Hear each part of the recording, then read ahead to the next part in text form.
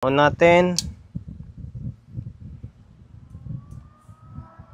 Larong klaro yan ha. Okay, nag-relay na. Ngayon, ito yung Phoenix natin. Okay.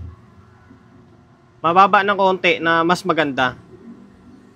Okay. Magiging part 2. Magiging part 2 ng paggagawa natin dito sa may Kevlar na TX-600. Sa previous natin na vlog ay TX400 yun. Nakuha na ng may-ari dito yun eh.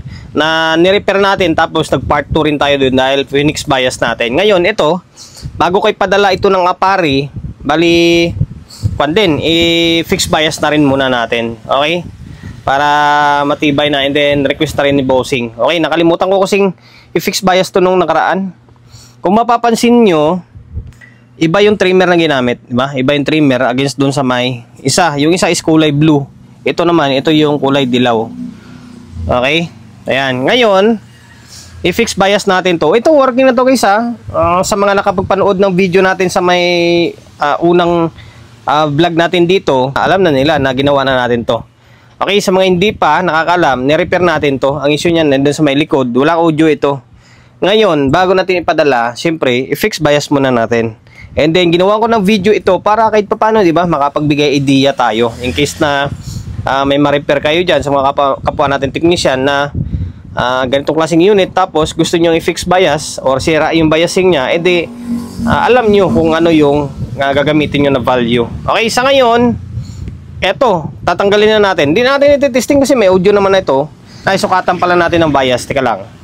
Okay, nakauna ito. Okay, nag-relay. Ngayon, yung bias nito ay, alam ko nasa 0.3 ata to, bias nito. Check natin ah. Okay, balistad naman. Laging balistad ah. Oh, ayan, nasa 0.3 nga siya. Okay, ito, sub channel. Okay, same lang din. Ngayon, nagpapalabas tayo ng bias dyan ng ganyang kataas or mas mababa ng konti. Okay, hindi baling bumaba ng konti or eksakto lang. Huwag na tayong tumaas doon kasi iinit naman siya. Okay, ngayon, channel 1 muna ibaklasin natin. Or kahit alin dito, basta meron tayong isang babaklasin para may reference tayo mamaya doon sa may Phoenix bias natin. Okay? Binaklas and then pinaltang ko na para mabilis yung video natin. Okay? Yung main point lang naman natin dito is kung paano i-fix bias tapos ano yung value na ginamit natin. Yung bias na ginamit dito or yung trimmer na ginamit dito ay 501. Okay, 501 siya. 500 ohms.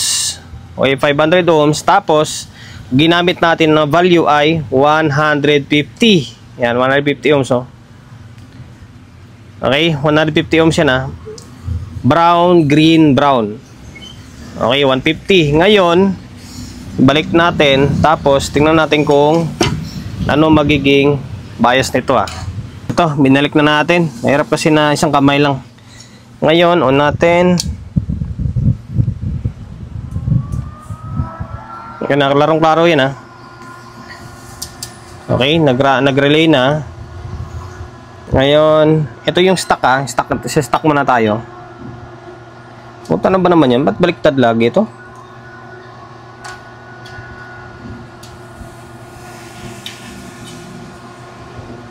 Okay, ayan siya oh. Nasa 0.3. Ngayon, ito yung Phoenix natin. Okay? Mababa ng konti na mas maganda. Okay? Kumpara mo dito, halos kwan lang ah, millivolts lang o halos kalahati ng millivolts lang. Oh. Kunting-kunti lang. Pwede. 150 ohms. Okay, 150 ohms yan. Ngayon, next natin din dito siyempre. Hindi naman pwedeng ito lang yung i-bias natin, fix bias natin, ito hindi. Okay, fix bias na rin natin ito. Mabilis. Mabilis ang vlog lang siyempre. Kung ano yung sa kabilang side, siyempre ganito rin gagawin natin dito. Yan, 501 to. Bago pa yung trimmer, no? Okay, ayan, 150 ohms. Ayan, 150. Brown, green, brown. Okay, ngayon balik na natin to sabay audio testing. Ay, balik ko na yung dalawang board. Yan, tapos may speaker na to, dalawa. Okay, may audio input. Laptop natin gumagana na. Okay, on natin. Yan, para may padala na natin to ng apare.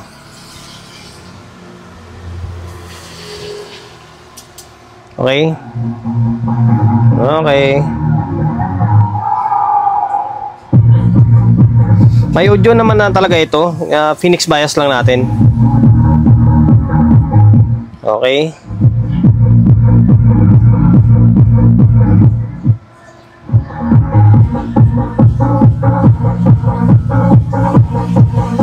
Okay, hanggang dito na lang. Sana nakapagbigay idea tayo ulit sa mga kapwa natin technician na kung sakaling maka-encounter ng ganitong klaseng unit tapos gusto nila i-fix bias. Ayan, yung bias na ginamit natin, 150 ohms. Okay, hanggang dito na lang. Maraming salamat sa suporta nyo. Okay?